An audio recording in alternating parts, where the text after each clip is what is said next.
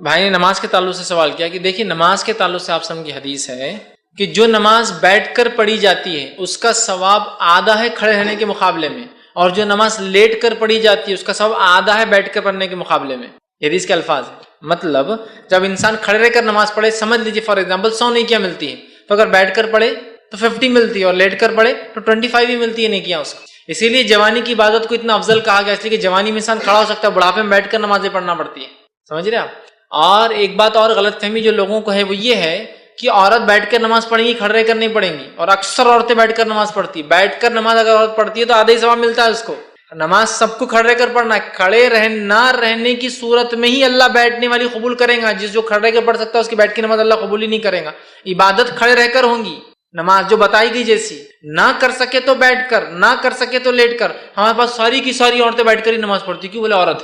اگر یہ کسی خیاس کے یا کسی کی غلط علم کی بنیاد پر ہے تو حافظ ثواب مل رہا ہے اس کو ویسے، اور ایسا نہیں ہے مطلب علم کی بنیاد پہ بھی نہیں، عورت بیٹھ کے پڑھیں گی تو بیٹھ کے۔ ہمارے پاس لوگ بولتے ہیں تو پھر تو ثواب ہی ضائع، اس لیے کہ وہ عبادت قبول ہی نہیں کریں گے اللہ بیٹھ کی جو ہوتی ہے۔ اور مردوں میں غلط فہمی ہوتی ہے کہ نفل نماز بیٹھ کر پڑھنا چاہیے، مغرب کی 3 رکعت کھڑے رہ کر، 2 رکعت کھڑے رہ کر، 2 رکعت بیٹھ کر۔ اب میں بھی کبھی کبھی پریشان ہو جاتا تھا، شاید 5 رکعت کی طاقت تھی بیچارے میں تو کھڑے رہ کر پڑھ لیا، 2 کے اندر بیچارہ کمزور ہو گیا تو بیٹھ کر پڑھا، لیکن پھر کھڑے رہ کے چڑھ رہا۔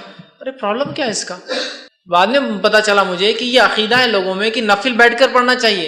نبی اکرم صلی اللہ علیہ وسلم نے کبھی نفل بیٹھ کر نہیں پڑھی، سوائے جب آپ بیمار ہوئے تو آپ نے بیٹھ کر بھی فرض پڑھی اور لیٹ کر بھی فرض پڑھی، اور ایک بیٹھ کر پڑھائی بھی آپ نے، وہ ایک الگ شکل ہے۔ لیکن نماز صرف کھڑے رہ کر ہوں گی۔ کھڑے رہنے کی نہ صورت میں شرعی کمزوری، شرعی وجوہات، بیماری کی شکل میں، پھر بیٹھ کر، اور بیٹھ کر بھی پڑھنے کی طاقت نہ ہونے کی شکل میں، پھر لیٹ کر۔ اور کھڑے رہنے کے مقابلے میں بیٹھنے کا ثواب ہاف، اور بیٹھنے کے مقابلے میں لیٹ کے نماز پڑھنے کا ثواب ہاف ہو جاتا ہے۔ یاد رکھیں، اس کا 100 تو اس کا 50 تو اس کا 25 ملتا ہے۔ اور بلا شرعی عذر کے بیٹھ کر پڑھنا اللہ قبول نہیں کرے گا، چونکہ عبادت کھڑے رہ کر، سلو کما رأیتمونی اصلی، نماز ویسی پڑھو جیسا مجھے دیکھتے۔ آپ نے کبھی بیٹھ کر نماز نہیں پڑھی سوائے مجبوری کے، تو بہت سارے مرد بھی نفل نماز بیٹھ کر، عورت تو پوری نمازیں بیٹھ کر پڑھ رہی، اللہ رحم کرے۔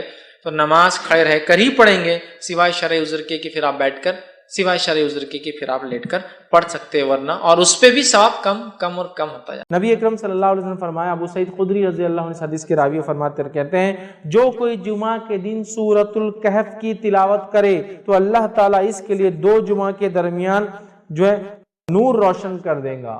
جو کوئی جمعہ کے دن سورۃ الکہف کی تلاوت کرے تو اللہ 2 جمعوں کے درمیان اس کے لیے نور کو روشن کر دیتا ہے۔ اور لائٹ، روشنی کبھی فائدہ مند چیز ہے، اس میں انسان کو دکھتا ہے، اور اندھیرا نقصان دہ اس لیے کہ اس میں آپ نہیں جانتے کیا آگے ہو سکتا۔ تو نور ہدایت آپ کے لیے کر دیتا ہے کہ 2 جمعہ کے بیچ میں یہ نور چمکتا رہتا ہے آپ کے لیے۔ کیا کرنا ہے اس دن؟ سورۃ الکہف کی تلاوت کرنا ہے پورے جمعہ میں۔ تو جمعہ کب چالو ہوتا ہے؟ جمعرات کی رات سے، تو وہاں سے لے کر تو دوسرے دن تک کبھی بھی کر سکتے، کوئی ضروری نہیں جمعے کی نماز سے پہلے، کوئی ضروری نہیں جمعے کی نماز کے بعد، کوئی ضروری نہیں جمعہ کے دن فجر کے بعد۔ آپ مغرب کے بعد سے لے کر جمعرات تھرسڈے گزر گیا، مغرب ہو گئی، وہاں سے لے کر سیکنڈ ڈے تک کر سکتے ہیں۔ ایک ساتھ بیٹھ کے کیجئے، یا ایک ساتھ نہیں ہو سکتے کسی وجہ سے تو توڑ کے کیجئے، انشاءاللہ کوئی مسئلہ نہیں کہ بھائی کچھ شروع کر دیا پھر بیچ میں ٹائم آ گیا نماز وغیرہ جا کے آئے، پھر آپ کا کنٹینیو کر لیا، اور ماشاءاللہ ایک ہاف این آور ہارڈلی زیادہ سے زیادہ ختم ہو گیا آپ کا سورۃ الکہف۔ ضرور پڑھے۔ اور سورۃ الکہف جب سب سے افضل اور سب سے عظیم دن میں پڑھنے کا حکم دیا جا رہا ہے تو میں آپ سے یہ کہوں گا سورۃ الکہف کی تفسیر پر بھی ذرا غور کرے کہ کیا وہ سندیش، کیا میسج اور کیا پیغام ہے سورت کے اندر کی سب سے عظیم اور سب سے افضل دن اس کو پڑھنے کا حکم دیا جا رہا ہے۔ جب آپ اس کو پڑھیں گے تو بہت ساری باتیں آپ کو پتہ چلیں گی۔ سورۃ الکہف کے اندر بہت سارے خزانے ہیں چھپے ہوئے، یاد رکھیے، جن کو آپ جب پڑھیں گے جمعہ کے اور سب سے افضل دن تو اس کو یاد رکھیں گے کہ یہ کیا ہے۔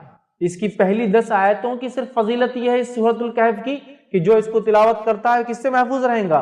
دجال کے فتنے سے محفوظ رہیں گا۔ اور دجال کا فتنہ کیا ہے؟ صرف ایک روایت رکھتا ہوں اس تعلق سے کہ اللہ کے رسول صلی اللہ علیہ وسلم فرماتے ہیں، نوح علیہ السلام سے لے کر تمام انبیاءوں نے مجھ سے پہلے تک، مطلب آپ صلی اللہ علیہ وسلم پہلے تک دجال کے فتنے سے اپنی قوم کو ڈرایا ہے۔ نوح علیہ السلام پہلے رسول انسانی طرف بھیجے گئے، ان سے لے کر تمام انبیاءوں نے کس سے ڈرایا اپنی قوم کو؟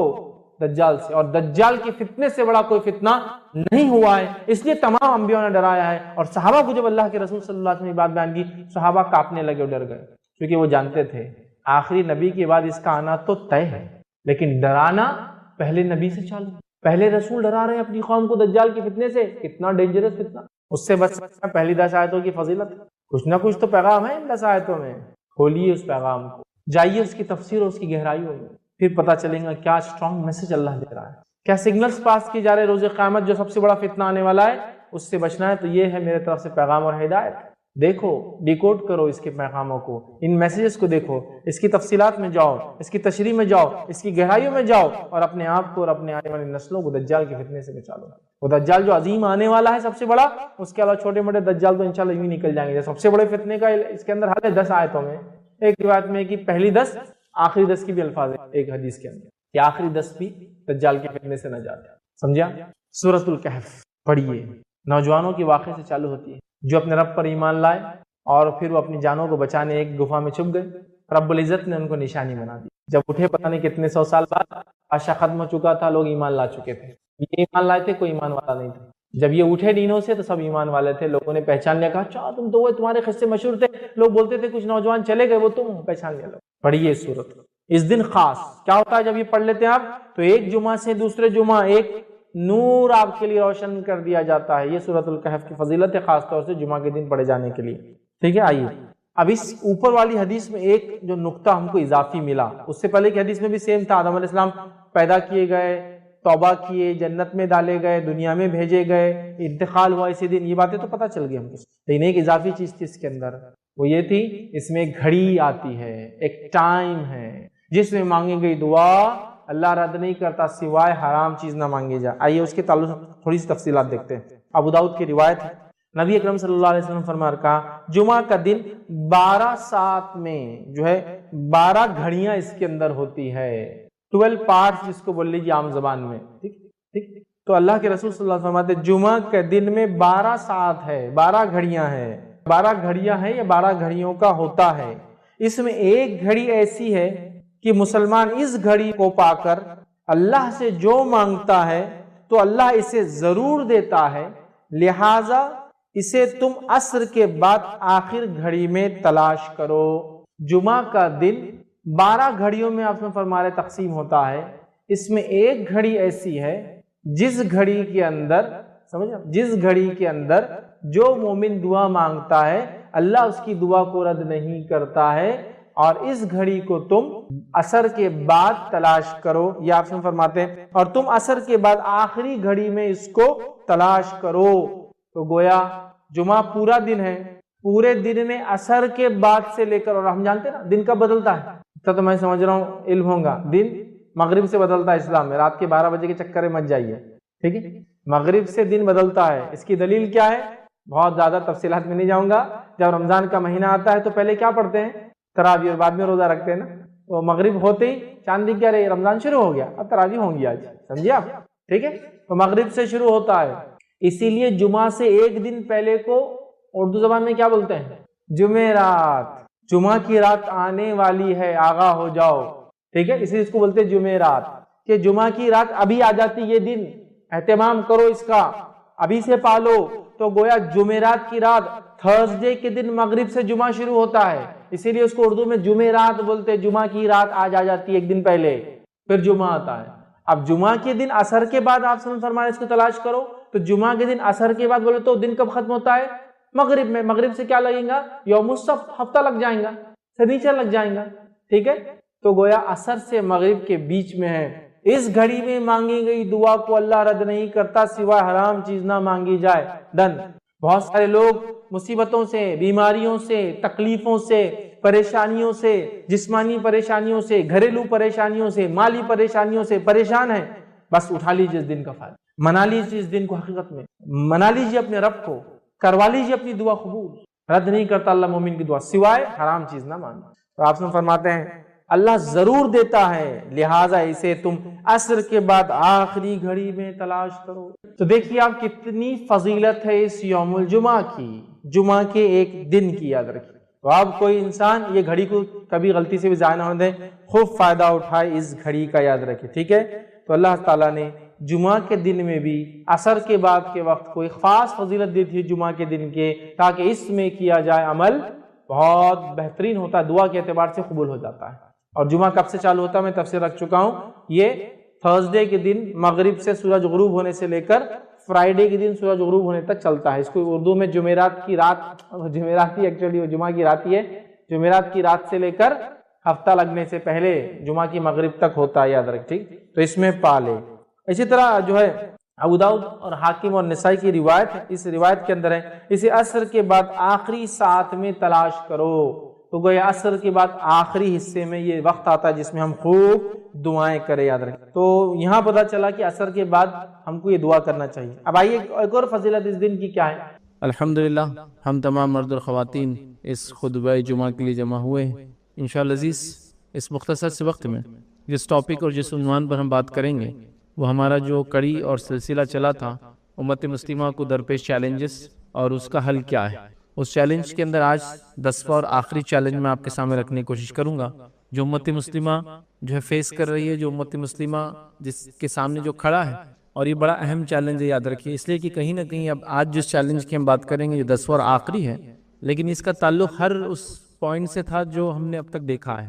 پورے کے پورے جو کڑی میں ہم نے 10واں ہے تو 9 جو اس سے پہلے پوائنٹس دیکھے تھے جو شرک سے شروع ہوا تھا، اور لاسٹ جو پوائنٹ ہم نے جو اس پہ کور کرنے کی کوشش کی تھی وہاں تک اگر آپ آئے تو یہ کہیں نہ کہیں ایک اہم اس کا ٹکڑا ہے یا اہم حصہ ہے. اس پوائنٹ کے، اس نقطے کے، اس چیز کے نہیں ہونے کے نتیجے میں یہ تمام مسائل سے امت مسلمہ جوجھ رہی ہے. اگر یہ مسئلہ حل ہو جاتا تو کچھ نہ کچھ حد تک امت مسلمہ مسائل آتے تو اس کو لڑنے کے لیے، اس کا جواب دینے کے لیے، ان مسائل کو حل کرنے کے لیے ریڈی ہوتی اور تیار ہوتی. یاد رکھیے. اور آج کا جو ہمارا جو خطبے کا جو ٹاپک ہوگا یاد رکھیے وہ ہے تھنک ٹینک.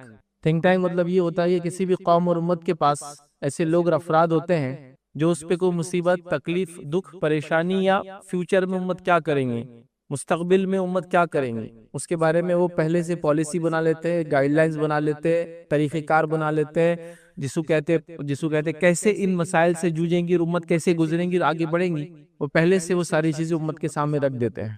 اور اس کے بعد جب وہ چیزیں، وہ مسائل درپیش ہوتے ہیں تو امت ان چیزوں کو دیکھتی ہے، رہنمائی آلریڈی موجود ہوتی ہے، امت اس رہنمائی کو لیتی ہے اور امت ان مسائل سے گزر جاتی ہے. ابھی امت کے پاس تھنک ٹینک نام کی کوئی چیز نہیں. یاد رکھیے، مطلب وہ لوگ، وہ طبقہ جو سوچے اور امت کو جواب دے کہ امت ان مسائل سے گزر رہی ہے یا یہ مسائل آنے والے، چلے گزر رہی ہے وہ ایک الگ بات ہے، آنے والے ہیں اور اس کا حل یہ ہے، شریعت نے یہ بتایا اور دنیاوی راستے یہ ہے، ہم جس ملک میں رہتے ہیں اس کے لا آف دی لینڈ یہ ہے اور اس میں ہم اس طریقے سے، اس مسئلے سے ایسے جوجیں گے، ایسے نکلیں گے اور آگے کا لاہ عمل، آگے کا طریقہ کار، فیوچر پلاننگ اور مستقبل میں امت کیا کریں گی اس کا حل یہ ہے.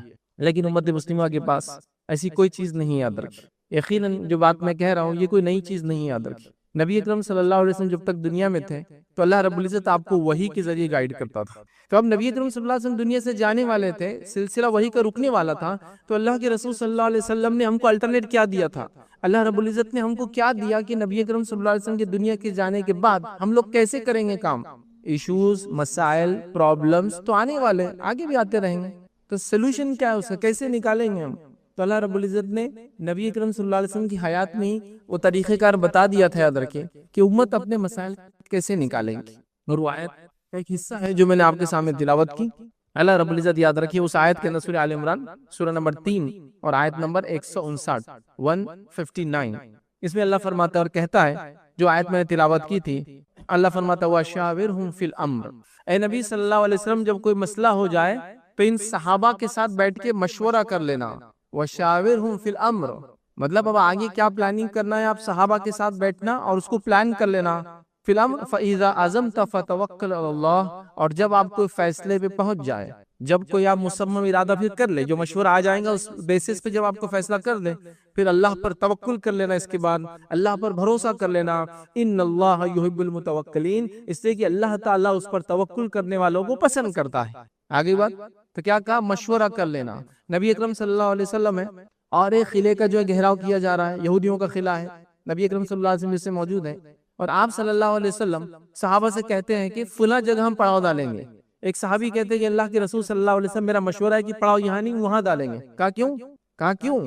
تو کہ اللہ کے رسول ہم جن یہودیوں سے لڑنے آئے ان کے پاس جو ہتھیار ہے وہ اتنے اچھے ہیں کہ وہ یہاں تک اس کی رینج ہے، یہاں تک وہ ہتھیار پہنچ جاتے جہاں خیمے کی آپ بات کریں. اللہ کے رسول فرمایا ٹھیک ہے ہم خیمہ پیچھے لگائیں گے. دیکھیے ایک صحابی کے مشورے پہ بات ہوئی. جنگ احد کے لیے نبی اکرم صلی اللہ علیہ وسلم مشورہ کرتے صحابہ سے کہ میرے صحابہ کیا کہتے ہو؟ اندر رہ کے ڈیفنس کرے، باہر جا کے آفینسو لڑائی کرے. صحابہ کہتے جو نوجوان صحابہ تھے اللہ کے رسول ہم باہر جائیں گے اور لڑیں گے. اس کے بعد اللہ کے رسول نے کہا ٹھیک ہے ہم باہر جا کے لڑیں گے. آپ کا بختر، آپ کا جو چیسٹ کے لیے گارڈ آتا تھا وہ جب لگایا جا رہا تھا تو کچھ صحابہ جو بزرگ عمر کے تھے انہوں نے کہا کہ تم نے کیا کر دیا، یہ نبی اکرم صلی اللہ علیہ وسلم باہر جائیں گے ان کی جان کو خطرہ ہے. تو یہ بہت پھر شرمندہ اور نادم اور فوراً دوڑے کہا اللہ کے رسول ہم چاہتے ہیں کہ وہ ڈیسیجن آپ واپس لے لے جو ہم نے مشورہ دیا تھا آپ کو کہ باہر نکل کے لڑیں گے، چونکہ آپ کی جان کا اب ہم کو ڈر لگ رہا ہے. تو اللہ کے رسول نے فرمایا کوئی نبی کی شان کے لائق یہ بات نہیں ہے کہ وہ ایک بار بختر پہن لے، جنگ کے لیے تیار ہو جائے تو پھر وہ جنگ کیے بغیر پیچھے ہٹے. اب نہیں ہو سکتا، یہ جو فیصلہ ہو گیا. صحابہ کا مشورہ. تو ہم کو وہی کا سلسلہ تو بند ہو گیا. اللہ رب العزت نے قرآن اور سنت کے ذریعے قیامت تک آنے والے سارے مسئلے میں ہم کو گائیڈ کر دیا، لیکن کچھ مسائل آتے رہیں گے امت کے سامنے، تو کیسے حل کریں گے امت؟ یہ طریقہ ہے، وہ ہے وَشَاوِرْهُمْ فِي الْأَمْرِ. چلو مشورہ کرتے ہیں مسائل کے اوپر. فَإِذَا عَزَمْتَ فَتَوَكَّلْ عَلَى اللَّهِ. پھر جب فیصلہ کر لو کس معاملے میں اس مشورے کے اندر، پھر اللہ پر توکل کرو. اللہ توکل کرنے والوں کو، اپنے بھروسہ کرنے والوں کو پسند کرتا ہے. تو یہ ہے طریقہ آگے چلنے کا. اور یہ جو میں نے شروع میں کہا تھنک ٹینک، ایسے لوگ جو سوچے امت کے بارے میں، یہ آیت اس کی دلالت کرتی. آئیے دوسری آیت اللہ رب العزت کیا فرماتا ہے اس آیت کے اندر. اور یہ آیت یاد رکھیں سورہ نساء، اس کی آیت نمبر جو ہے 83 ہے، 83 نمبر کی آیت ہے. اللہ فرماتا ہے اور کہتا ہے اور جب ان کے پاس امن یا خوف کی کوئی خبر جو ہے پہنچتی ہے، یہ منافقین کے بارے میں بات ہو رہی، جب ان کے پاس کوئی خوف کی، امن کی خبر پہنچتی ہے تو اس جو ہے اسے مشہور کر دیتے ہیں. تو منافق کیا کرتے ہیں، اس سنی باتوں پہ چیزوں کو مشہور کر دیتے تھے. جیسا خبر آ گئی نعوذ باللہ مسلمان ہار گئے، بس مشہور کر دیا. پہلے خبر آ گئی کہ مشرکین بہت تعداد میں آ رہے، پھیلا دیا مسلمانوں میں تاکہ ایک ڈر و خوف ہو جاتا نا. اب کسی فوج سے پہلے کو پھیلا دے وہ اتنے بڑے فلاں ہیں. تو اللہ فرماتا ہے اور جب ان کے پاس امن یا خوف کی کوئی خبر آتی ہے، پہنچتی ہے، تو اس کو مشہور کر دیتے ہیں. اور اگر اس کو پیغمبر مطلب رسول اللہ صلی اللہ علیہ وسلم اور اپنے سرداروں کے پاس، اولو الامر جو ان کے اندر ہے، ذمہ دار جو صحابہ ہیں، ان کے پاس پہنچاتے تو تحقیق کرنے والے اس کی تحقیق کر لیتے. تو یہ بات پھیلانے سے پہلے منافقین کیوں نہیں ایسا کرتے کہ اللہ کے رسول صلی اللہ علیہ وسلم کے پاس چلے جائے، ان صحابہ کے پاس جائے. اولو الامر تھے، ہر صحابی ایک درجے کا نہیں تھے، یاد رکھیے، ہے نا. ابوبکر صدیق ہے اس کے اندر، عمر بن خطاب ہے اس کے اندر، عثمان بن عفان ہے اس کے اندر، علی بن ابی طالب اور دیگر یاد رکھیے جن کا درجہ ظاہر سی بات ہے سب سے اعلیٰ ہے. تو کیوں نہیں جاتے اور اپنے سرداروں کے پاس، نبی اکرم صلی اللہ علیہ وسلم خود موجود ہے، بڑے بڑے صحابہ ہیں، ان کے پاس پہنچاتے اور وہ تحقیق کر لیں گے. اور تحقیق کر کے جو ہے کر لیتے. اگر تم جو ہے اللہ کا فضل تم پر اور مہربانی نہ ہوتی تو چند اشخاص کے سوا سب شیطان کے پیروکار ہو جاتے. یہ فالتو خبریں سن کر، یہ فیک نیوزیں سن کر، یہ صرف جو باتیں یہ منافقین نے مشہور کر دی ہے، اگر یہ باتیں تم سنتے تو سب شیطان کے پیروکار ہو جاتے. مطلب اس پہ کوئی ڈیسیجن لے لیتے تم، فلاں قوم نے آپ پہ حملہ کر دیا، جبکہ انہوں نے حملہ نہیں کیا، وہ صرف آپ سے بات کرنے آئے، بات مشہور کر دی. اب مسئلہ ہو گیا نا. تو یہاں اللہ رب العزت فرما رہا ہے کہ پھر کیوں نہیں بات جو ہے بڑوں کی طرف پہنچائی جا رہی، کیوں نہیں بات اللہ کے رسول کے پاس پہنچائی، کیوں نہیں صحابہ کے پاس جو اس کے اندر الامر ہے، ذمہ دار ہے، پھر وہ تحقیق کریں گے اور آپ کو اس کا تحقیق کرنے کے بعد بتائیں گے ایسا نہیں ہے جو تم بول رہے ہو. تو آج مسئلہ وہی یاد رکھیے، امت کے پاس کوئی ایسا گروہ، کوئی ایسا طبقہ، کوئی ایسی آرگنائزیشن، کوئی ایسی تنظیم نہیں ہے. میں یہ نہیں کہہ رہا ہوں بالکل نہیں ہے، لیکن اس کی کیا حالت ہے اور اس کا کیا حال ہے. بہرحال اب میں آپ کو کیا بتاؤں، نہ ان تنظیموں کے نام کبھی آپ نے سنے ہوں گے، نہ ان کے ذمہ داروں کے نام کبھی آپ کو پتا ہوں گے، نہ قوم کو انہوں نے کوئی ایسا ڈیسیجن دیا ہوگا جس کو قوم لے کر کہے کہ ہاں یہ ہے، نہ ان کے پاس ڈیسیجن میکنگ کی کوئی صلاحیت ہے، نہ قوم کے پاس سننے کا ذرہ برابری جذبہ ہے. اس قوم کا المیہ یہ ہے کہ اس کے اندر جس کو ہم کہیں گے وہ لوگ اپنے آپ کو زیادہ تعداد میں سمجھتے ہیں جن کے پیچھے دوسرے لوگ چلے. مطلب قوم کسی کے پیچھے چلنا پسند نہیں کرتی، ہر آدمی یہ چاہ رہا ہے کہ میرے پیچھے لوگ چلے. یہ سب سے بڑا مسئلہ ہے. تب کیسے ہوگا اس معاملے میں یاد رکھیں. تو آج مسلمانوں کے پاس کوئی تھنک ٹینک نہیں ہے، کوئی انٹرنیشنل نیشنل لیڈرشپ نہیں ہے، کوئی ریلیجیس، پولیٹیکل یا سوشل لیڈرشپ بھی نہیں یاد رکھی. آئیے ہم دوسری قوموں کی مثال لیتے ہیں. دنیا کے اندر ایک بڑا مذہب ہے، مسلمانوں سے زیادہ ان کی تعداد ہے، عیسائیت. عیسائیت کے اندر ایک بڑا طبقہ ہے جس کو کیتھولک بولتے ہیں، یاد رکھیں. ٹھیک ہے، کیتھولک ان کے اندر ایک بڑا طبقہ ہے، یاد رکھیں. ان کے پاس ایک عالمی لیول کی لیڈرشپ ہے، اور وہ پہلے سیاسی لیڈرشپ بھی تھی اور مذہبی لیڈرشپ بھی تھی. پچھلے 100 سال پہلے ان کو الگ کر کے ان کو سیاست سے الگ کر دیا گیا، وہ صرف مذہبی لیڈرشپ ہے. اور اس لیڈرشپ کو کہتے ہیں پوپ، پاپائیت بولتے ہیں، پاپا بھی بولتے ہیں، یاد رکھیے اس کو عربی کے اندر یا اردو کے اندر. تو پوپ جو ہے ان کا یہ پہلے ریلیجیس لیڈر بھی تھا اور جس کو کہتے ہیں یہ پولیٹیکل لیڈر بھی تھا، یاد رکھیے. جب اس کو ریلیجس لیڈرشپ کی اس کی الگ کر کے کہا کہ تم سیاست کو چھوڑ دو الگ ہو جاؤ، تو انہوں نے ڈیمانڈ کیا تو ان کو ایک ملک ہی بنا کے دے دیا گیا جو دنیا کا سب سے چھوٹا ملک ہے، اس کو بولتے ہیں ویٹیکن سٹی. چونکہ ظاہر سی بات ہے ان کو وہ ذہنی طور سے بھی رکھنا تھا کہ ٹھیک ہے آپ کو ایک الگ ہی ملک بناتے ہیں، اس کی کرنسی بھی اپنی ہے، اس کا اسٹیمپ بھی اپنا ہے، اور دنیا کا سب سے چھوٹا ملک ہے، آدھے میل بائی آدھے میل کا وہ ملک ہے، یاد رکھیے. مطلب بمشکل 700 میٹر بائی 700 میٹر کا پورا کنٹری یاد رکھیے، اس کو بولتے ہیں ویٹیکن سٹی، اٹلی کے اندر آتا ہے. تو اس کو سیاست سے الگ کر دیا، مذہبی اس کو رہنما کر دیا. تو پورے کیتھولک چرچ اس کو آج بھی مانتا ہے. مطلب یہ کہ اگر اس نے کہہ دیا کہ فلاں چیز ہو تو سارے لوگ بعمل ہو جاتے ہیں. تو ایٹ لیسٹ ان کے پاس ایک ریلیجس لیڈرشپ ہے. آپ کے پاس بتائیے کون سی لیڈرشپ ہے؟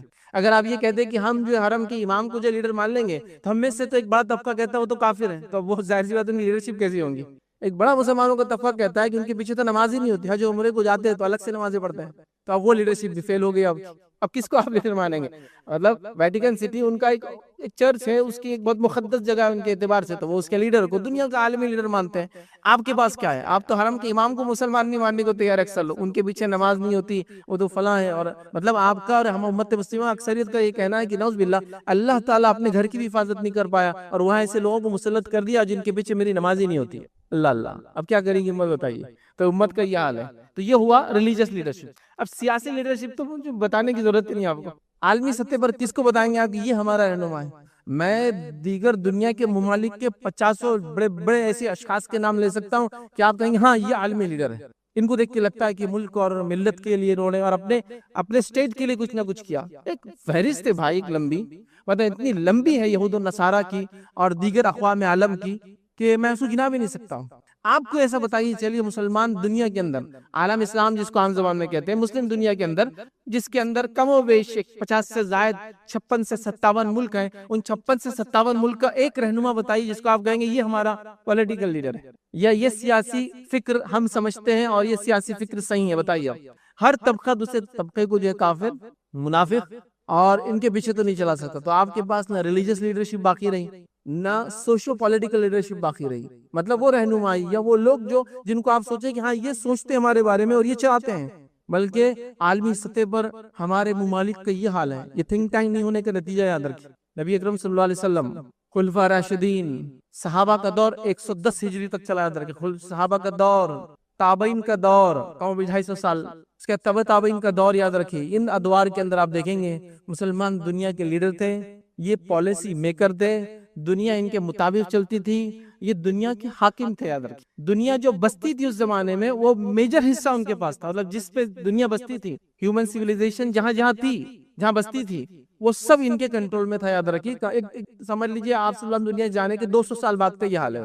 اور وہاں سے پھر وہی سلسلہ الحمدللہ تقریباً 15ویں 16ویں صدی تک چلا. اس کے بعد زوال کا دور چالو ہوا، پھر یورپین سائروں نے کولونائزیشن کیا اور پھر مسلمان ممالک کو ٹکڑے ٹکڑے کر کے بانٹ لیا. تم یہ لے لو، تم وہ لے لو، تم وہ لے لو. مطلب مسلمانوں کی جان مال عزت اور ممالک جو ہے یہ ایک کیک کی مانند تھا، جو آ رہا ہے بس کاٹ رہا ہے، جتنا حصہ لینا چل تو کالے، اتنا حصہ اس کو دے دے، بچاؤ پھینک ڈالو، ان کی ضرورت نہیں. یہ حال کیا پھر. یاد رکھیں ہم بھول گئے، یاد رکھیں سب بھول گئے. یاد رکھیں کوئی لیڈر نہیں ہے، کوئی لیڈرشپ نہیں ہے، نہ کوئی ریلیجس لیڈرشپ ہے، نہ کوئی سوشل لیڈرشپ ہے، نہ کوئی پولیٹیکل لیڈرشپ ہے، کچھ بھی نہیں. یاد رکھیں ہمارے پاس کیوں امت اس حالت میں پہنچی. یاد رکھیں کیسے اس حالت کو دور کیا جائے.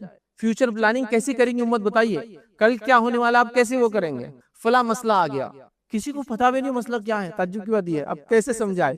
مذہبی رہنماؤں کو جا کے بیٹھ کر بتانا پڑ رہا ہے. اس کا بھی بیٹھنے کا ایک طریقہ ہی بھائی، شیخ کے پاس بیٹھنے کا طریقہ رہتا ہے، دوزان ہو کر بیٹھنا، عزت کے ساتھ بیٹھنا، احترام کے ساتھ بیٹھنا، ان کے وقت کے ساتھ بیٹھنا، ان کے سامنے جا کے بیٹھنا، نظروں کو نیچی رکھنا، پھر انہیں وقت دینا، پھر آپ نے ان کو مسئلہ سمجھانا کہ انہوں نے فیصلہ لینا اگلا کیا کرنا ہے. تو اگلا آدمی خود بولتا ہے یہ کیا فیصلہ دیں گا آدمی میرے، جس کو مسئلہ سمجھانے کے لیے مجھے 4 گھنٹے 40 دن لگے پہلے جا کر ٹائم لے کر 4 گھنٹے میں سمجھا پائے، تب بھی ان کو سمجھا اچھا ٹھیک ہے آپ بول رہے تو ہم بول دیتے ہیں. کیا فیصلہ ہوں گا میں نہیں سمجھ پاتا ہوں. امت کا، ان کا مستقبل کا، سیاسی حالات کا، سماجی حالات کا، ٹیکنالوجی وائز جو حالات آ رہے ہیں چلو باقی چھوڑ دو، سائنس اور ٹیکنالوجی کی ترقی کہاں پہنچ رہی ہے. یاد رکھیے اب کیسے آپ کو کوئی گائیڈ کرے گا کہ کل جو آنے والی ٹیکنالوجی اس میں حلال و حرام کیا ہے. کھانے پینے سے لے کر دوائیوں سے لے کر ہر چیز میں ٹیکنالوجی کس لیول پر جا رہی ہے آپ سوچ بھی نہیں سکتے. مطلب جو چیزیں پہلے سمجھ میں نہیں آتی، دکھتی نہیں تھی، وہ آپ اب محسوس کر سکتے ہیں. جو پہلے آپ مثال لے لیجئے میرے، آپ نے انگور کھایا اس سے پہلے، آپ بیج والا انگور کب کھایا تھا آپ نے سے پہلے. اب سمجھ تو سائنس اور ٹیکنالوجی کہاں جا رہی ہے. یاد رکھیں آپ نے سنترا اور موسم بھی تو کھائی تھی، لیکن اس کے بیچ کے کتنے فروٹس آ گئے. کتنے اس کسی کینو بولا جا رہا ہے کہ سنترے کی طرف زیادہ، موسمی کی طرف کم فلاں ہے. یہ سب سائنس ٹیکنالوجی کا نتیجہ ہے کہ وہ کئی الگ الگ پھلوں کو ملا کر اگلے پھل دے رہے. اب نیکسٹ پلاننگ یہ کہ کئی جانوروں کو ملا کر اگلی نسل تیار کریں گے جو جانور کھائیں گے نہیں کھائیں گے ہم. پھر پھلوں میں اور سبزیوں میں تو ٹھیک ہے ساری چیزیں حلال ہے ہمارے لیے، لیکن باقی دیگر جانوروں کے اندر تو حلال حرام کا مسئلہ ہے نا، کہ فلاں جانور سے فلاں کراس کر کے ہم فلاں بنائیں گے. ہم جینیٹیکل انجینئرنگ جس کو کہتے ہیں، کس لیول پر جا رہی ہو؟ تو اگلا کیا کریں گے 10 سال بعد جو چیزیں آئیں گی؟ آپ سمجھ رہے ہیں؟ مطلب ایسی چیزیں آنا چالو ہو گئی. مطلب آپ جیسا پہلے لکڑی استعمال کرتے تھے تو لکڑی کی آپ کوئی چیز بنائیں گے، پلین لیول بنائیں گے، لگائیں گے، وہ ٹائم تو پلائی ووڈ بول کی چیز آ گئی تھی. لکڑی کو لے کے کمپنی میں پروسیس کر کے ایسی پلین تختے بنا دیے جا رہے تھے کہ آپ جیسے کاٹو اور بنا لو. تو آپ کو پتا ہے آج کل گوشت اور میٹ میں بھی ہوتا ہے، مطلب مختلف جانور گوشت لے کے اس کو چٹکا کر مارکیٹ میں بیچا جاتا ہے، اس کو جیلیٹین بولتے ہیں، یاد رکھیں. مطلب ایسا ہے کہ آپ جتنے سائز کا میٹ چاہے اتنے سائز کا آپ کو مل جائے گا، اور آپ وہ کریں. تو کیا یہ شرن، کیا اس کی حکم ہوگا؟ ابھی آپ کو لگ رہا بہت دور ہے، 10 سال بعد ان چیزوں کو آپ بکتے ہوئے نظر آئیں گے آپ کو مارکیٹ میں. پھر ہمارا مسئلہ کیا ہوگا؟ کون ہم کو جواب دیں گا؟ دواؤں کے اندر فلاں ادویات میں فلاں چیزیں میں کون بتائیں گا امت کو؟ کوئی گائیڈنس ہی نہیں کہ فیوچر کیا ہونے والا امت کا. کون بتائیں گا؟ کوئی تیاری نہیں امت کی، یاد رکھیں. نہ بتانے والوں کو علم ہے، نہ سمجھنے والے شعور حاصل کریں. مطلب جہاں کچھ لوگ ہیں بھی جن کے پاس وہ صلاحیت ہے، وہ لیڈرشپ ہے، وہ سمجھا سکتے ہیں، خواہ ان کے پیچھے چلنے کو تیار نہیں. مسئلہ یہ بھی ہے کیونکہ ہر آدمی کہہ رہا ہے میرے سے زیادہ ہوشیار تو دنیا میں موجود نہیں ہے کوئی. کیسے ہوگا امت کا؟ یاد رکھیے.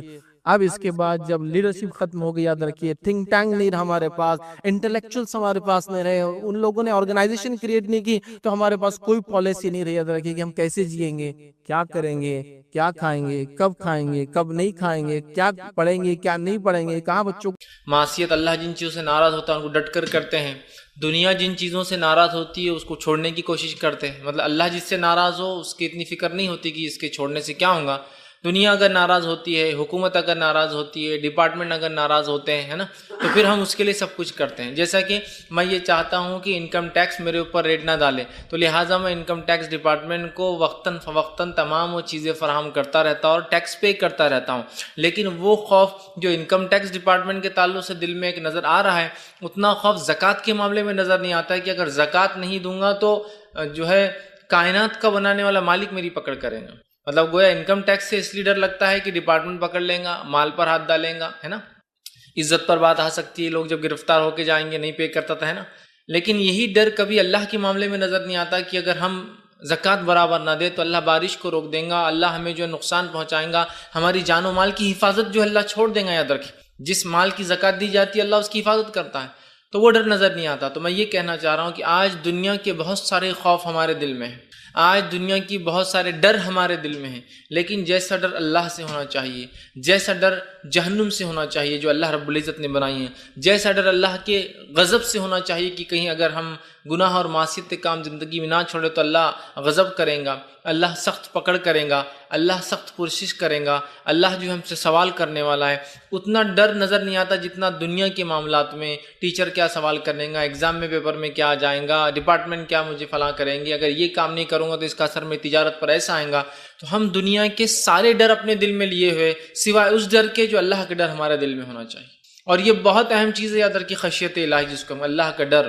ٹھیک، اس لیے کہ جب یہ نکل جاتا ہے تو انسان بے باک ہو کر گناہ کرتا ہے، اور جب یہ ہوتا ہے تو ہر گناہ سے پہلے اس کو کہیں نہ کہیں دل میں ایک ملامت ہوتی ہے، اور بہت سی بار وہ ملامت، وہ گناہ اس کو آمادہ کرتے ہیں کہ انسان جو ہے نیکی کی طرف جو آئے. تو یہ بڑی اہم بات ہے، یاد رکھیے اس چیز کو سمجھنا یہ وقت کی ضرورت ہے. ہم جیسا دیگر چیزوں سے دنیا میں ڈرتے ہیں اس سے کئی گنا زیادہ ہمیں اللہ کا ڈر ہونا چاہیے، اور ایسا ڈر جو ہمیں صحیح سمت میں لے کر چلے، ایسا ڈر جو ہمیں گناہوں سے بچنے میں جو مدد کرے، ایسا ڈر، ایسا خوف، ایسی خشیت اللہ کی کہ جو ہمیں جو ہے معصیت کے کاموں سے روک لی، بڑی اہم چیز ہے. نبی اکرم صلی اللہ علیہ وسلم نے ایک حدیث میں بیان کیا تھا کہ 3 لوگوں کے تعلق سے ایک واقعہ تھا جو غار کے اندر چلے گئے تھے اور پتھر ڈھک گیا. تو جب تینوں نے یہ طے کیا کہ اپنی اپنی کوئی نیکی بیان کرے، اس کو وسیلہ بنے اللہ کے پاس تاکہ اللہ اس مصیبت کو دور کرے، اس میں سے ایک شخص نے یہ بات کہی کہ اللہ، میں نے اس کے رشتے میں وہ بہن تھی، چاہے شاید اس کی ممیری بہن یا چچیری بہن تھی، میں نے یہ حسد، ایک بری نیت ڈالی اپنے بہن پر، اور جب ایک بار جو ہے مشکل اور پریشانی کی حالت آئے اور وہ میرے پاس آئی مجھ سے مانگنے کے لیے، تو میں نے کہا کہ اگر تو میرے ساتھ منہ کالا کریں گی تو میں جو ہے تجھے یہ پیسہ دے دوں گا. وہ بیچاری مجبور تھی، اللہ وہ راضی ہو گئے میرے اس عمل پر، اور جب میں اس کے ساتھ منہ کالا کرنے کے لیے اس کے قریب بڑھا تو اس عورت نے مجھ سے کہا، جو کہ رشتے کی اس کی بہن تھی، اے اللہ کے بندے، اللہ سے ڈر. اور یہ الفاظ اس کے سنتے ہی جو ہے اللہ وہ کہتا ہے میں گھبرا گیا اور صرف تیرے خاطر میں نے، حالانکہ کوئی دیکھنے والا نہیں تھا، میں نے اس گناہ کو ترک کر دیا، اللہ رب العزت نے اس مصیبت کو ان لوگوں سے دور کر دیا۔ تو یہاں دیکھیے اس خاتون کا اس شخص کو یہ کہنا اے اللہ کے بندے اللہ سے ڈر، اور اس شخص کا اس سے ڈر جانا اور اس گناہ کو چھوڑ دینا۔ تو میں بھی یہی کہنا چاہ رہا تھا کہ ہمارا اللہ سے ڈر، خوف الہی ایک دم صحیح سمت میں ہو، جو ہمیں آمادہ کرے، جو ہمیں مجبور کرے کہ جو ہے ہم گناہوں سے بچیں، جو ہمیں آمادہ کرے کہ ہم جن چیزوں سے اللہ ناراض ہوتا ہے ان سے بچیں، جو ہمیں آمادہ کرے کہ ہم منکر سے، برے کاموں سے اپنے نفس کو روکے، اور اللہ کا ڈر ہمیں آمادہ کرے، ہمیں آگے بڑھائے کہ ہم نیکی کریں، ہم ایسے کام کریں جو جہنم سے بچاتے ہیں اور جنت میں لے جاتے ہیں۔ ہم جو ہے ہر بار جو امر بالمعروف، اچھائی کا حکم لوگوں کو دے، خود بھی نیکی کرے اور دوسروں کو اس کا حکم دے۔ تو ہمیں یہ بہت ضرورت ہے کہ ہم جو اللہ کے ڈر کو، خشیت الہی کو اپنے دل میں ڈالیں۔ اللہ رب العزت جو ہے ہماری سخت پکڑ کرنے والا ہے۔ اور ایمان کے تعلق سے نبی اکرم صلی اللہ علیہ وسلم اس حدیث کو یاد کیا، اس میں آپ نے فرمایا ایمان خوف اور امید کے بیچ میں ہے، ایمان ڈر اور امید کے بیچ میں ہے۔ ایمان جو ہے ڈر اور امید، خوف اور امید کے بیچ میں، ایمان دونوں کے بیچ میں ہوتا ہے، ایک طرف خوف ایک طرف امید ہے۔ اور یہ بات نبی اکرم صلی اللہ علیہ وسلم تب بیان کی تھی جب ایک صحابی کے انتقال کا وقت قریب تھا، آپ صلی اللہ علیہ وسلم کے پاس پہنچے اور پوچھا کیسا لگتا ہے؟ تو کہا ڈرتا ہوں اللہ کے عذاب سے، اس کی جہنم سے۔ تو آپ صلی اللہ علیہ وسلم خاموش رہے، تھوڑی دیر بیٹھے رہے، پھر پوچھا اب کیسا لگتا ہے؟ تو صحابی نے کہا امید کرتا ہوں کہ اللہ رب العزت مجھے جنت دیں گا، مغفرت کریں گا۔ آپ صلی اللہ علیہ وسلم نے کہا ہاں جو اس حال میں مرا تو یقیناً وہ جو ہے درست تھا اور وہ ایمان پر تھا، اس لیے کہ ایمان خوف اور امید کے بیچ میں ہے۔ خوف ایک طرف اور امید، ڈرتا بھی ہوں کہ گناہوں کی وجہ سے پکڑ ہوں گی، امید بھی رکھتا ہوں کہ اللہ اس کے باوجود بھی انشاءاللہ معاف کریں گا۔ تو یہی بڑی اہم چیز ہے۔ لیکن یہ بات یاد رکھیے ایمان صرف امید کے ساتھ جڑا نہیں، خوف اور امید کے بیچ کا حصہ ہے وہ۔ ہم کیا کر رہے ہیں؟ صرف امید اور امید، میں نے یہ گناہ کیا اللہ انشاءاللہ معاف کر، میں نے فلاں کیا اللہ مجھے معاف کر، میں نے زکوٰۃ دی اللہ مجھے معاف کریں گا، میں نے نماز نہیں پڑھی اللہ مجھے معاف کریں گا، میں نے روزے نہیں رکھی اللہ معاف۔ ہم صرف امید اور امید رکھ رہے ہیں۔ خوف اور امید کے بیچ ہے اسلام، ایمان۔ پہلے خوف کی کہیں میری زکوٰۃ پہ اللہ پکڑ نہ کرے، یا اللہ میں توبہ کرتا ہوں تو اس سے اور اب دوں گا، امید ہے کہ اللہ مجھے معاف کریں گا۔ سمجھ رہے؟ خوف اور امید کے بیچ میں ایمان ہے۔ خوف ہے مجھے کہ اللہ جو ہے میں نے فلاں معصیت کی، تو پکڑ لے تو میں تو کہیں کا نہیں رہوں گا۔ امید کرتا ہوں اللہ میں نے تجھ سے توبہ کی تھی، تو اس توبہ کو بھی قبول کرے گا۔ تو خوف اور امید کے بیچ میں یاد رکھیے ایمان ہے، دونوں کے بیچ کا وہ حصہ یاد رکھیے۔ تو ہمیں بھی جو ہے اپنی کیفیت ویسے ہی بنانا ہے کہ خوف اور امید کے بیچ ہمیں رکھنا ہے اپنے آپ کو۔ یہ بڑی اہم چیز ہے یاد رکھیے، خوف اور امید کے بیچ ہم رہیں، ورنہ آج ہم دیکھ رہے ہیں صرف امید کر رہے ہیں کچھ لوگ، اور کچھ لوگوں کا حال ہے صرف خوف کا معاملہ کر رہے ہیں۔ ویسے خوف کا معاملہ بڑا کمزور نظر آتا ہے، امید ہی ہم لوگوں کو زیادہ ہے کہ ہمیں اللہ معافی کر دیں گا بس، اور خوف کا کوئی ایسی حالات یا کوئی بات نظر نہیں آ رہی ہے ہمارے سامنے۔ تو اس بات کو ہمیں یاد رکھنا ہے، اور ہمیں اپنے دل میں اللہ تعالیٰ کا حقیقی ڈر، حقیقی خوف ہمیں پیدا کرنا ہے، اس لیے کہ اس کے بغیر ہم ایمان کی نہ چاشنی اٹھا سکتے ہیں، اور نہ ہی اس کے بغیر کوئی شخص حقیقی ایمان والا کہلا سکتا ہے۔ یاد رکھیے تو ہمیں اللہ کا ڈر ویسے اپنے نفسوں میں پیدا کرنا ہے جیسے اللہ کا ڈر پیدا کرنے کا حق ہے۔ یاد رکھیے حق ہے۔ آئیے چند باتیں میں آپ کے سامنے اسی عنوان کے تحت رکھنے کی کوشش کروں گا، جو کہ ایک بہت اہم عنوان ہے، ایسا عنوان جو انشاءاللہ ہمیں گناہوں سے بچائیں گا، ایسا عنوان کہ اگر یہ ڈر پیدا ہو جائے تو ہم جو ہے انشاءاللہ عزیز بہت سارے نیک کاموں میں آگے بڑھیں گے،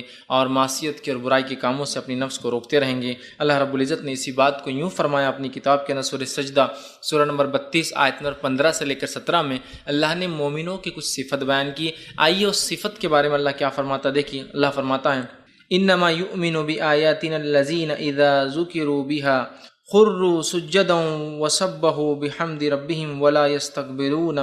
اللہ رب العزت کہہ رہا ہے کہ اللہ فرماتا ہے ہماری آیتوں پر وہی لوگ ایمان لاتے ہیں، وہی لوگ ایمان لاتے ہیں جنہیں جب کبھی نصیحت کی جاتی ہے، اللہ کی آیتیں سنائی جاتی ہے تو وہ سجدے میں گر پڑتے ہیں۔ کیا کرتے ہیں وہ لوگ؟ سجدے میں گر پڑتے ہیں، اور آگے اور اپنے رب کی حمد اور اس کے بعد اس کی تسبیح اور بڑائی بیان کرتے ہیں۔ حقیقت میں اللہ سے ڈرنے والے، حقیقت میں نیک بندے، حقیقت میں مومن بندے وہ ہیں کہ جب اللہ کی آیتیں ان کو سنائی جاتی ہے، ان کو نصیحت کی جاتی ہے تو ان کے دل کانپ اٹھتے اس نصیحت، اور وہ سجدے میں گر جاتے ہیں، اور وہ اللہ کی حمد بیان کرتے ہیں، وہ اللہ کی تسبیح بیان کرتے ہیں، اور وہ تکبر نہیں کرتے اپنے رب کے سامنے۔ مطلب اللہ کی آیتیں بتانے کے بعد نہ عمل کرنا تکبر کی علامت ہے، تو وہ تکبر نہیں کرتے اپنے رب کے سامنے، اور اللہ نے فرمایا وَهُمْ لَا يَسْتَكْبِرُونَ، اور وہ تکبر نہیں کرتے۔ تَتَجَافَ جُنُوبُهُمْ عَنِ الْمَضَاجِعِ، اور ان کے پہلو جو ہے وہ بستروں سے دور ہوتے ہیں، مطلب وہ راتوں کے وقت اللہ کی عبادت کرتے ہیں۔ دیکھیے، ایک تو مومن کی صفت آیتیں سنائی تو دل نرم ہو جاتا ہے، بات کو سن لیتے ہیں، تکبر نہیں کرتے، اور جیسی اللہ کی آیتیں سنائی جاتی ہے تو سجدے میں گر پڑتے ہیں اور اس کی بڑائی بیان کرتے ہیں، اس کی حمد و ثنا بیان کرتے ہیں۔ یہ ان کی صفت۔ دوسرا آگے اللہ رب العزت کیا فرماتا ہے؟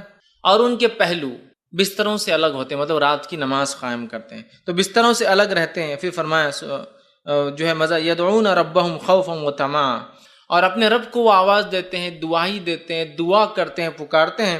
کیسے؟ خوف اور امید کے ساتھ اپنے رب کو آواز دیتے ہیں، خوف اور امید کے ساتھ، چونکہ ایمان اس کے بیچ میں ہے۔ تو اللہ فرماتا ہے اپنے رب کو خوف اور امید کے ساتھ جو ہے پکارتے رہتے ہیں۔ اور پھر فرمایا تمام وَمِمَّا رَزَقْنَاهُمْ يُنْفِقُونَ، اور جو کچھ اللہ نے دیا اس میں سے وہ جو ہے خرچ کرتے ہیں۔ پھر اللہ نے فرمایا فَلَا تَعْلَمُ نَفْسٌ مَّا أُخْفِيَ لَهُم مِّن قُرَّةِ عَيْنٍ، اور وہ نہیں جانتے، ان کی نفس نہیں جانتی کہ ان کے رب نے ان کی آنکھوں کی کیسی ٹھنڈک تیار کر رکھی ہے۔ مطلب جنت کی بات ہو رہی کہ وہ لوگ جانتے نہیں، حالانکہ ان کی آنکھوں نے دیکھا نہیں ہے کہ ان کے رب نے کیا ٹھنڈک تیار کر رکھی، پھر بھی وہ اللہ کی آیتوں پر نرم ہوتے ہیں، سن لیتے ہیں، سجدے میں گرتے ہیں، تکبر نہیں کرتے، راتوں میں نمازیں قائم کرتے ہیں، اللہ نے رزق دیا خرچ کرتے ہیں، خوف اور امید سے اللہ کو پکارتے ہیں۔ اللہ نے فرمایا اور وہ حالانکہ جانتے نہیں کہ ان کے رب نے ان کے لیے کیا تیار کر رکھا آنکھوں کی ٹھنڈک کے لیے، مطلب چونکہ غائب کی بات جنت ہے۔ جزاء بما كانوا يعملون، یہ بدلہ ہوگا ان لوگوں کا جو دنیا میں وہ کیا کرتے تھے۔ تو یہاں مومنوں کی جب صفت گنوائی تو ایک صفت گنوائی خوفوں، کہ وہ خوف کے ساتھ اپنے رب کو آواز دیتے، پکارتے ہیں، خوف اور امید کے ساتھ اپنے رب کو پکارتے ہیں۔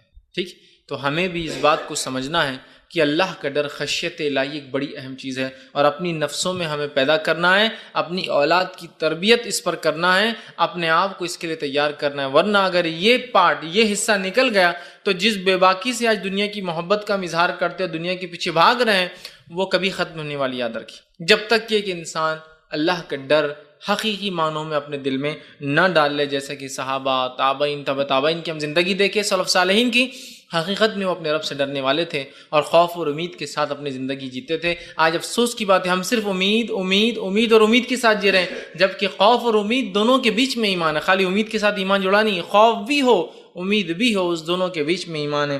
تو ہم صرف جو ہے خوف کی بات، ہم ایمان کی بات مطلب جس کو کہیں گے، ہم صرف بات کریں امید کی، خوف بھی ہونا چاہیے۔ نبی اکرم صلی اللہ علیہ وسلم نے حدیث میں جو ہے اس تعلق سے اللہ کے ڈر، خشیت الہی کے تعلق سے بیان کیا، اور یہ جو ہے روایت جامع ترمذی کی ہے۔ آپ صلی اللہ علیہ وسلم نے فرمایا اور کہا، اللہ سے ڈرنے والوں کے تعلق سے حدیث ہے اور یہ حدیث قدسی ہے۔ آپ صلی اللہ علیہ وسلم نے فرمایا اور کہا، اخرج من النار من ذکرنی یوما او خافنی فی مقام۔ اللہ رب العزت فرماتا اور کہتا ہے اخرج من النار، کہ اللہ رب العزت روز قیامت یہ حکم دیں گا فرشتوں کو، اخرج من النار، نکال لاؤ ان لوگوں کو جہنم کی آنکھ سے۔ حدیث قدسی مطلب حدیث قدسی وہ حدیث ہوتی ہے جس میں اللہ کے رسول صلی اللہ علیہ وسلم سیدھا اللہ سے بیان کرتے ہیں، تمہارا رب بیان کرتا، اللہ نے بیان کیا۔ تو اللہ کیا بیان کر رہا ہے سنیے، کہ اللہ تعالیٰ روز قیامت حکم دیں گا کہ آگ میں سے نکال لاؤ فرشتوں، کن لوگوں کو؟ من النار ذکرنی یومن، جس نے مجھے یاد کیا ہو کبھی کسی دن، مطلب سچے دل سے۔ یاد تو ہم روز ہی کرتے ہیں اللہ کو، لیکن سچے دل سے نہیں ہے۔ قرآن بھی پڑھ رہے ہیں تو خیالات کہیں اور رہے، نماز بھی پڑھ رہے تو خیالات کہیں اور رہے، تسبیحات بھی پڑھ رہے تو سارے مسجد کا چکر لگا لے رہے کہ کون کیا کر رہا ہے، تو ہر چیز میں سچے دل سے جس نے مجھے ایک دن بھی یاد کیا ہو نکال لاؤ۔ اور آگے فرمایا یومن او اخافنی فی مقام، اور کبھی مجھ سے ایک بار ڈرا ہو اس کو بھی نکال کے لا لو جہنم سے۔ حقیقت میں کہ گناہ کرنے ہم جا رہے ہو اور اس گناہ کے وقت اللہ کے ڈر کی وجہ سے گناہ چھوڑ دے، لوگوں کے ڈر سے نہیں، یا رشتہ دار کیا کہیں، نہیں، صرف ایک کوئی نہیں تھا، جیسا کہ اس آدمی کا واقعات کیے جو اپنی بہن کے ساتھ ہی رشتے کی منہ کالا کرنا چاہتا تھا۔